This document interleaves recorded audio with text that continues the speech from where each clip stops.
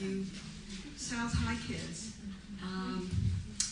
probably have a lot of comments and some concerns that you would like to share about all of this, because we're sitting here and we're looking at what's best nutritionally, etc. And some of you are wondering, yeah, but. And I think that, I see some heads. So after our next speaker, I think we can get very interactive in your questions and your comments and your discussion about this, because this is not an easy thing. It's not an easy thing administratively, as you can tell, but it's also not an easy thing from the kid level. So we want to really talk about that and, so to speak, put it on the table. And I do want to remind you that there is a platter of fresh food, high in fiber, full of nutrition on the table. And now it's a real pleasure to welcome Donna Lombardi, who is the Director of School Nutrition for the Worcester Public Schools. And I've had the opportunity of working with Donna on a variety of projects. One of them when we were doing our food stamp outreach, and we have a committee that meets regularly. The other is that the Worcester County is developing a food policy council, and Donna has been on the ground floor of that. One of the things that I love about Donna is we'll be having a discussion and we'll turn to Donna and say, well, what can we, well, she said, we'll get it into the schools. We'll send it in a flyer. We'll do this. We'll do that. So her kind of can-do attitude is one of the things that helps make stuff happen here in Worcester. So we're grateful that she's here. I also want to just add that what we do in our society with all the problems and all the struggles and all the difficulties families face and all the issues about, poverty, we ask the schools to solve it all. We really put it on the plates of the schools and the teachers, and we say, okay, the schools have got to do something about this. And we ask a lot of the schools. And right now we're asking a lot of the schools in terms of this whole nutrition issue. And it's not easy. But I know that Donna hasn't stopped, because the summer feeding program, which was the best Worcester ever had, she's still working on tying up all of those ends. But she is a great help to all of us who are trying to work on this issue.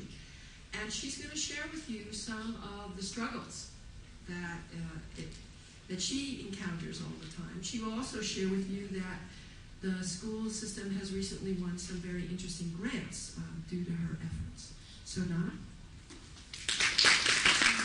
Again, I run the nutrition programs here for the city of Worcester, and what we are is the administrating agency for all of the various USDA child feeding programs. Most specifically, we administer the school breakfast program, the school lunch program, the after-school snack, and within the past couple of years, the summer meal program. Now, some economic and feeding statistics specific to the city of Worcester is that we have an enrollment of 24,254 students. These are statistics from March. They're not the new ones for this year. We're still developing or trying to find our grounding for this year. But the number of students that are eligible for free or reduced meals is 15,621, or 64% of the school population is considered eligible for free or reduced meals. And I'll go into that in further slides. Daily, we serve approximately 16,000 lunches, 8,400 breakfasts, and 1,200 after-school snacks. And for this year, we were able to expand the summer meal program to 38,900 summer meals during the months of June, July, and August, and that is both breakfast and lunch. How students become eligible, or how we determine how they're eligible for free or reduced meals, is that every year a child is given a meal application at the school level. We work with the principals and administrators to try to get that application back. And on that application, they indicate how many members are in the household, how much income's coming in, And based on certain guidelines that the government does put out every year about July, we qualify those applications or those students as being eligible for free meals, reduced meals, or paid meals. And why that is important is it's because the funding that pays for our feeding programs are based on reimbursement rates. And up there you see we get a certain percentage of monies. If a child is eligible for free meals, we receive $2.52 per meal for every free meal that we serve in the serving line. For every reduced child, we receive $2.12 plus the student contributes 40 cents for a total of $2.52. And then what's unique to Worcester is that for every paid meal, even though we only receive 28 cents from a combination of state and federal funding, we only charge the student $1.20 or $1.25, so that for every paid meal, we only receive $1.48 in funding to supply that meal. Fortunately, here in the city, the school department has a really efficient system in sending applications home to the child, getting it back. It's very systematic. We get almost 100% return rate, and there are other ways to qualify children for free or reduced meals. If a child is automatically eligible for free meals if they qualify for AFDC food stamps. So we get that information direct from transitional assistance through the Department of Ed. So either they qualify based on transitional assistance or we qualify them based on their meal application. Our expenditures are derived entirely from state and federal reimbursement and food sales. So money to supply money to pay for our expenditures, which is food and labor and transportation. We rely solely on our state federal reimbursement and the various food sales that we have. Our program is self-supporting and it requires no local appropriation, so we don't technically receive monies from the city to administer this program.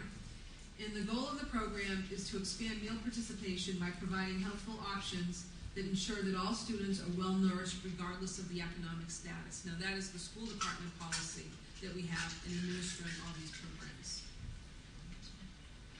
This is a very basic meal pattern. There are different meal patterns for different sets of circumstances, but just to get a gist of how the program and the menus are written is that everything is on one style of menu